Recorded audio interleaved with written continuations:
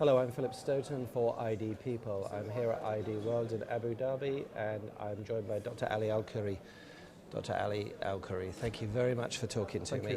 I've got a sense this week that the industry has gone through certain development phases. It's gone through a technology-driven phase. We've figured out how to do stuff, so let's do it. Then it's gone through a kind of an application phase where it's been driven perhaps more by government. I have a sense this year that we're talking more about the individual, about inclusion, about the value that we can give to the people that are enrolling. Is that a sense you have, and particularly here with the projects you're working on in the Middle East? Yes, indeed. The thing about the early days of of national ID programs throughout the countries, the focus was very much on the enrollment of the people. So there was so much dependence on the technology side to enable the enrollment of the people. However, governments are actually working towards the development of applications to promote the participation of people and the inclusion of people in these programs. One question which is being sort of asked by so many governments, as well as the public, what comes next after the enrollment of the population. Therefore, governments have taken certain steps, like the government of the United Arab Emirates. The focus, we have got two strategic objectives, initiatives that we are actually working on.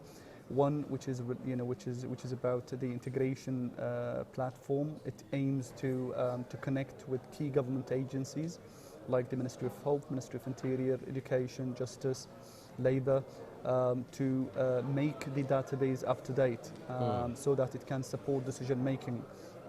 That's from a government perspective, and also to facilitate the services to the citizens and residents in the country.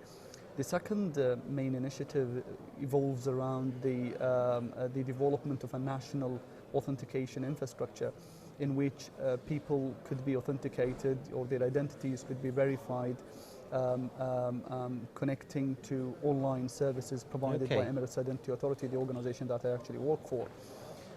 The fundamental aim is to provide this service to public sector organizations where they can authenticate people before the service is actually provided to them.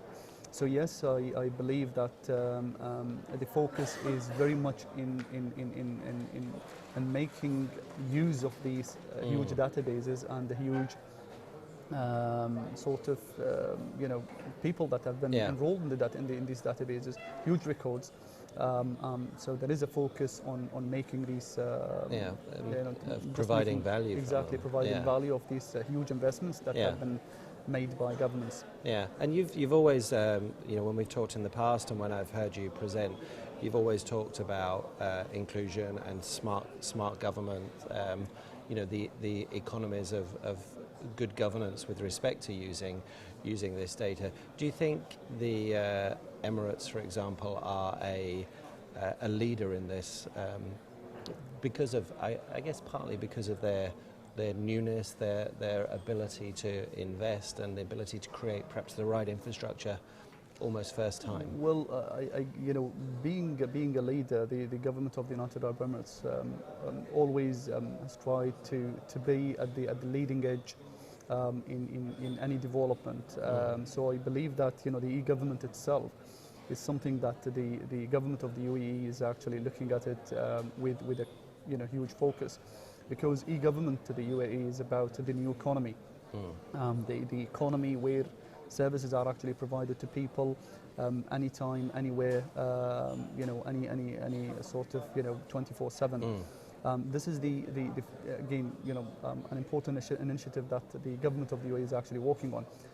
E-government is about, as I said, it's about new economy. The Emirates Identity Authority, the government organization that I'm actually working for, it aims to support this, the e-government side by providing the backbone for identity management. And this is where, again, we believe that it's going to make, again, a huge sort of difference in the coming future to enable e-government organizations, e-government transformation, and to support the efforts towards e-government initiatives. evolution. Yeah. Okay. And last question. We see you at the events here, which is always a joy, but we also see you in Milan. It must be nice to almost host the event here, but it must be important for you also to network with all the other leaders, all the other thought provokers that are involved in an event like ID World.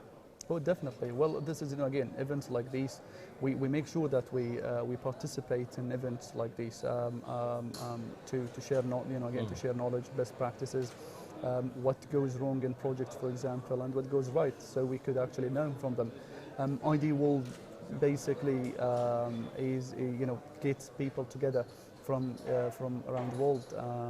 Sometimes we don't see, again, I don't see people only in these sort of meetings. So ID World is actually making a huge sort of, a difference to us and added knowledge and value. Absolutely. And I guess when you meet these people from all these other countries, and we have people here from India where they've enrolled 1.2 billion people, which is phenomenal numbers.